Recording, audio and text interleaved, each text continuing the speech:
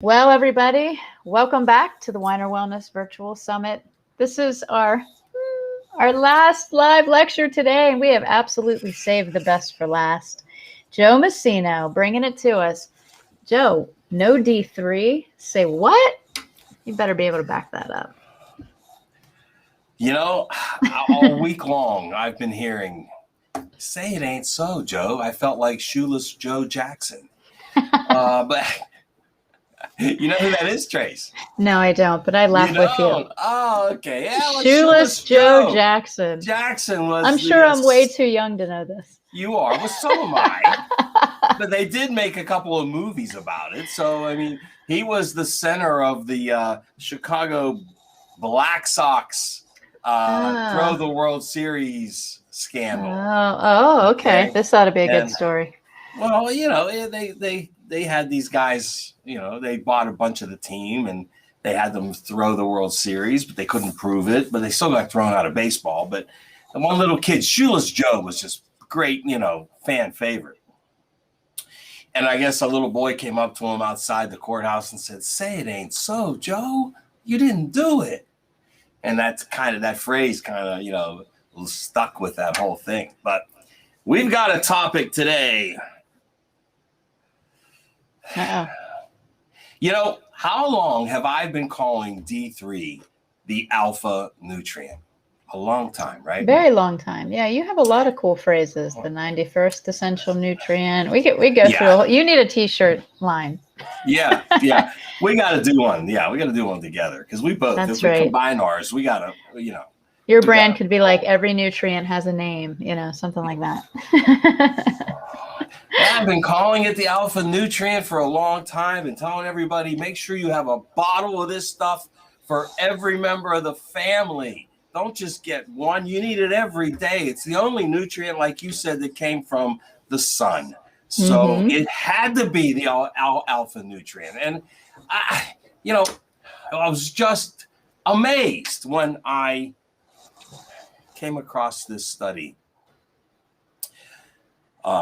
that was actually done in 2017. So it's 3 years old. We haven't heard a lot about it, and there's probably a very good reason for it. But the name of the study, let me give you that first. And then we'll get into the meat of this thing. Before I give you the name of this study, what was the other miracle nutrient that I've been talking about? That I was actually the first one to talk about back in March, and now everybody's on the bandwagon. Nitric oxide. Yes. Well, this study, titled, it's a big one, Nanomedical Studies of the Restoration of Nitric Oxide Perioxide Balance. Now, perioxide, nitrite, is a devastating oxidant, okay? The opposite of an antioxidant. This thing causes major damage in the blood vessels. Peroxynitrite.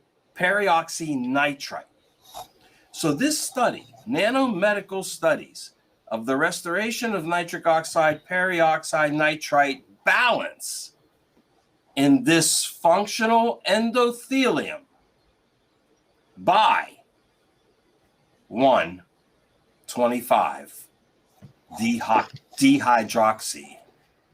What's 1,25 dihydroxy, Tracy? Is that? Go ahead. It's D3. That's right. Why didn't want to do a spoiler alert? This is your lecture. So, yes, no, it is. Now, wait a minute. So put that in English for people, please. Okay. So the title of today's talk is a little misleading. It's not no as in no D3. It's no as in NO nitric oxide D3. Ha ha ha. Gotcha, didn't I? Oh, fabulous Phil over here is putting his head in his hands. Oh, Phil doesn't understand. We speak nerd. Shut up, Phil. Yes, our own kind of nerd, but it's That's still right. nerd. We're kind of like cool nerds. So this study that nobody's heard about from 4 years ago now. It's amazing to me the correlation that was out there. And you've said this so many times. There's nothing new. There's nothing new. We've been talking about nitric oxide. We've been talking about D3.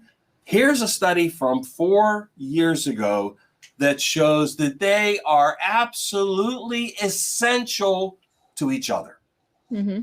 Essential to each other. Now, this study was done by Dr. Tadeusz Smolinski, a couple other doctors. He was the key guy on this. He's a very distinguished professor and physician. And it was published in the International Journal of Nanomedicine. Now, there's that word again, nano. Seems to be popping up a lot lately. Nanolipid particles? Yes, nanomedicine. This is titled, he published it, and the name of it was Nanomedical Studies of the Restoration of Nitric Oxide. I got it. I can link it for everybody. Go ahead. I found it. Okay, you found it? There it is. I did. Mm-hmm. All right. I'm linking. What does it mean? What does this mean? Well, first of all, they used nanosensors to see how D3 was beneficial for guess what? If you ask anybody, Tracy, what is the number one vitamin for cardiovascular health? They might say what? Vitamin C? Magnesium. Right? Yeah. Magnesium. They'd say all types of things. You can go way beyond vitamins. You can go CoQ10, you can go mag, you can go D-ribose, you can go all these. But I'll bet you very few people would have said the number one vitamin to affect cardiovascular health is vitamin D3. Mm-hmm. And now we have a study to prove it. So basically what they showed in this study, and I want to actually, I'm going to go against the norm here for a second and read. Shocking. I, for one, am shocked. Shocked that you're I'm going to read against something? the norm. No, yes, you're going against the norm. You're always against the norm, even to yourself. All, yes. I mean, you remember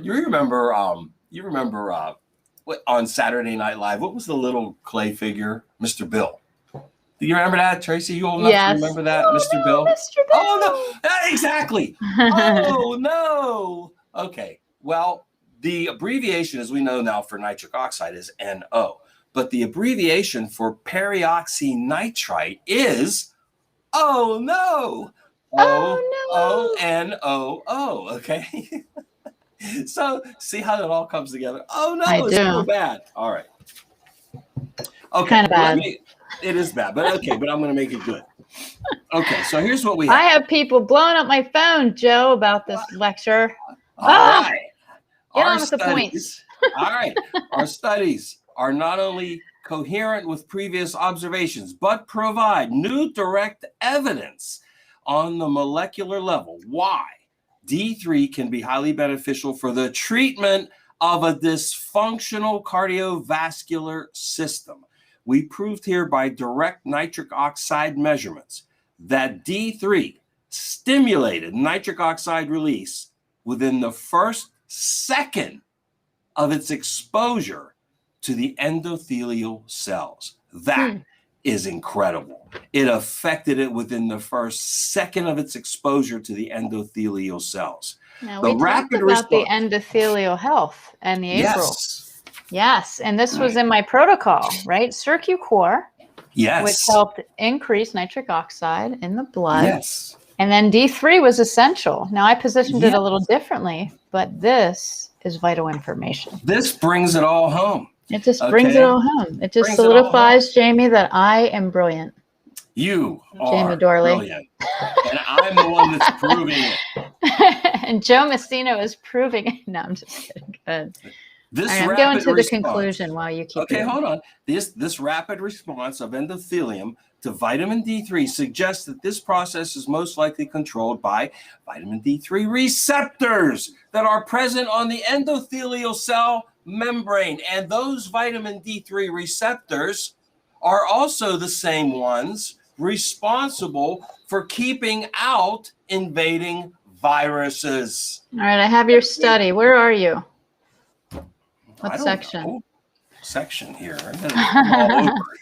All right, so this is the study, just for people who want to see it, because this has so much information. It's a lot of information, yeah. Mm-hmm.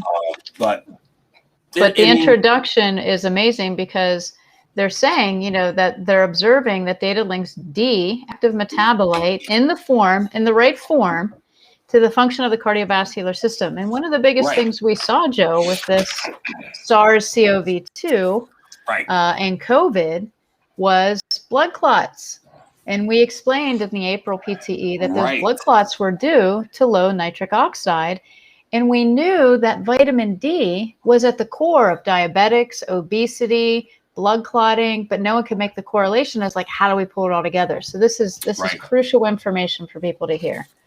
This is very crucial information. And I'm just glad that we got to bring this, to everybody's attention because, validation is a big point in our industry, right? I mean, it's hard a lot of times for us to get widespread validation of what we're talking about. Well, it doesn't get any better than this. And let's look at other things that move from, all the different cardiovascular issues, hypertension, right? Hardening of the arteries, high cholesterol, all of these things, which we know is not because you make too much cholesterol, but it's because your body cannot process it properly. But wait, Joe, did you see this? Hang on. I'm going to screen share because I want to talk about when you were saying in seconds. Excuse me. You're so excited. I'm excited for you. Here's your graph in case people want to see. Here's the time in seconds, right, Joe? And you were saying this is when they added the vitamin D.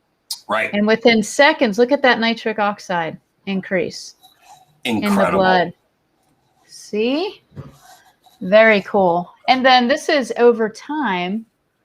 This denotes the release of NO from human umbilical vein in African Americans. So this is Caucasians. This is African Americans to the right. And then different concentrations of vitamin D and its impact on nitric oxide. So the most optimal was how much, did they say? Did they say how much? We'll have to look. No, I don't think they actually did. But I'll look for it and I'll look further in a little more detail and see. Go ahead, continue.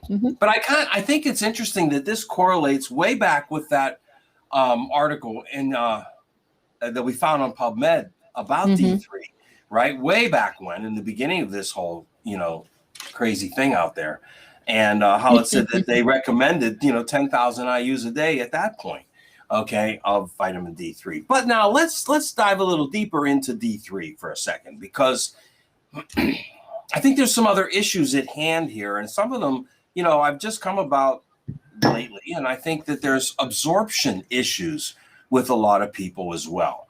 I know we have many different forms of D3, and there's different types of absorption depending on how you take it. And we also know that as much as we call this thing a vitamin, it's not a vitamin. We know it's a hormone in the body. So that leads it right into absorption issues itself. So we know that things like melatonin, DHEA, these things are not absorbed well in the gut. They're better absorbed in the mouth, because the gut has a way of destroying hormones, doesn't let it get through the system. That's why many of the compounding pharmacies and the HRT centers use a cream. They don't use pills. They either use an injection or a cream, because the pills just don't work. So I know that unless, of course, now with vitamin D3, there's different ways of taking it. You take it by itself. I always recommend a liquid, always. Or now we've got some great new gummies, and they're delicious. And again, it's going to turn into a liquid and absorb. But anything you chew. Now, on the other hand, you have Super K2 Plus. Now, with Super K2 Plus, you've got vitamin A and vitamin K2. So those cofactors work together with the absorbability of D3. So that gives you an added boost. and you don't have to necessarily have that directly just absorb into the mouth. But for my benefit, and if to get the best bang for the buck, I always say go with both. Get your D3 in a liquid, add the Super K2 Plus, get the best of both. That should be your protocol. Now, there's another factor. And that's magnesium. And that's what we've been finding out a lot of lately, that a lot of people are taking D3 and they're not getting their levels up. And no one is understanding why until we figured out that one of the other key factors is your magnesium level. Right. That is a key factor in absorbing D3 and keeping it. And how many people are deficient in magnesium, Joe? Just same amount of 60 to 70% of the population. Right. And magnesium is involved not only in this particular realm, but in how many 300 processes in the body. Like we use it for thinking, digestion, immune system, muscle health, bone health. So, so many things. And, you know, Joe, this study, I just want to point out, like most studies I read on PubMed, you ever read the studies on PubMed or other studies, and all of a sudden they're like, although we've studied this and found these incredible results, we're really not going to commit to the results. And we're just going to say it's hypothetical and all this other stuff. But this actual study says, therefore, these studies are the first to identify the molecular mechanism of vitamin D3 triggered restoration of the function of ENOS, nitric oxide, in the function of endothelial cells and cardiovascular system. And down here, it literally says, therefore, we suggest right here, vitamin D3 treatment may be of clinical importance in the restoration of dysfunctional cardiac endothelium after heart ischemia, capillary endothelial after brain ischemia, hypovolemia, vasculopathy, diabetes, and atherosclerosis. Our suggestion is strongly supported by clinical studies indicating that vitamin D at doses significantly higher than those currently used for the treatment of bone disease can be highly beneficial for the treatment of dysfunctional cardiovascular system. Wow. Wow. Now, look. Everybody screenshot this right now and share it.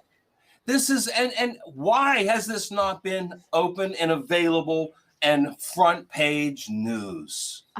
I have no idea. Because vitamin D3 is still one of the cheapest, yeah, one of the least expensive supplements, natural supplements on the market. That's why it's not going to make these powers that be any money. They're going to suppress it. I found something else in the study that I thought was really engaging, and that is, it says, there are not many, if any, known systems which can be used to restore cardiovascular endothelial cells which are already damaged, except this vitamin D3 did. So, you know, it's one thing to do it for prevention. It's another thing to reverse damage. Well, and they found that in this as well. And they said significantly higher than what's recommended. Right. Significantly higher. So what's your recommended vitamin D intake? The RDA, the really dumb amount that they recommend for adults for bone health. And go. What do they recommend for adults? They recommend 400 IUs. 400 IUs. I mean, honest to goodness, do I have to bring up the chart? I'm going to go find the chart because I think we should look at the chart. Keep talking. Well, okay. Well, you look for the chart because what I'm, you know, when they say 400 IUs, and the other day when Jamie and I were looking at those labels of those multivitamins, you know, some of them, they were comparing, you know, the amounts to that amount, right? So it was either if they had 400 IUs, they were at 100% on the label. So some people will look at that label and say 100%, I'm good. No, you're not. You're not even close. And some of those multivitamins didn't even come close to the 100% of the ridiculously dumb amount of 400 IUs. So they're garbage. Like I said the other day, they're garbage. And, you know, these people, I don't know how they get away with it. But and they should be years, they should be shot. So for years, we've been saying, and even the experts have, you know, toned it down a little. You know, 2,000 to 5,000 should be good for most adults. I think that was prior to Myron. Okay, that was prior to what happened out there. This whole thing that brought to light the fact that those Fraud receptor pharma, yeah. Go yeah, ahead. those receptor sites that are susceptible to an incoming virus, whether natural or man-made in a laboratory, as a biological weapon, those viruses can't attach to those receptor sites if D3 is present. Right. So that opened up everything 2 years ago. Mm-hmm. It's already almost 2 And years. the sad thing is we fear it. You know, we fear this nutrient that comes from the sun. And I just think it's insane. So this is on the Nutritional Frontiers website, and I will link this for you guys because this is under our alerts tab. If you go to nutritionalfrontiers.com and then you click the alerts, you can find all about vitamin D on there, along with other consumer health alerts that we post. But I wanted to look at this because I want you guys to see something. So this is the vitamin D percentage reduction of disease incident at different blood serum levels. So what they did was they measured the blood serum levels of people, both in the United States, that's the top line here, and the UK. So we're just going to look at the top line because that's where I am and where you are, Joe. And take a look at where the blood serum levels have to be in order to prevent a certain disease. So blood serum levels at the recommended, the really dumb amount, would be at a what? About 30, right? That's where we are. So up here is 30. Yes. We are in this column right here. Can you guys see my cursor or not? Can you see Yeah, that? you can see it. Yeah. Okay. So we're right here where it says 30. If you can't see it, it's under prevention. It's under the TION. There's a 30. This column right here. So what do we prevent at blood serum levels of 30? Well, some heart attacks in men, about 50%, because here's the range from 26 to blood serum levels of 34. And, well, rickets. All right, good. How many cases of rickets do you see come into the clinic, Joe? 0.0, I think. All right. Well, how many cancers? Breast cancer, ovarian cancer, colon cancer, non-Hodgkin's lymphoma, type 1 diabetes, fractures, falls for women, MS, heart attack, kidney cancer, endometrial cancer. I mean, how many of those cases are out in the world right now? So here, 34, and let's just give people the numbers because this is small, up to blood serum levels of 54. So the recommended, right, the really dumb amount of the blood serum level for people is 30. Okay, and here is your bracket from 34 to 54 blood serum levels. And do you see where this is all highlighted? This is the percentage of disease prevention by getting your blood serum level to 50.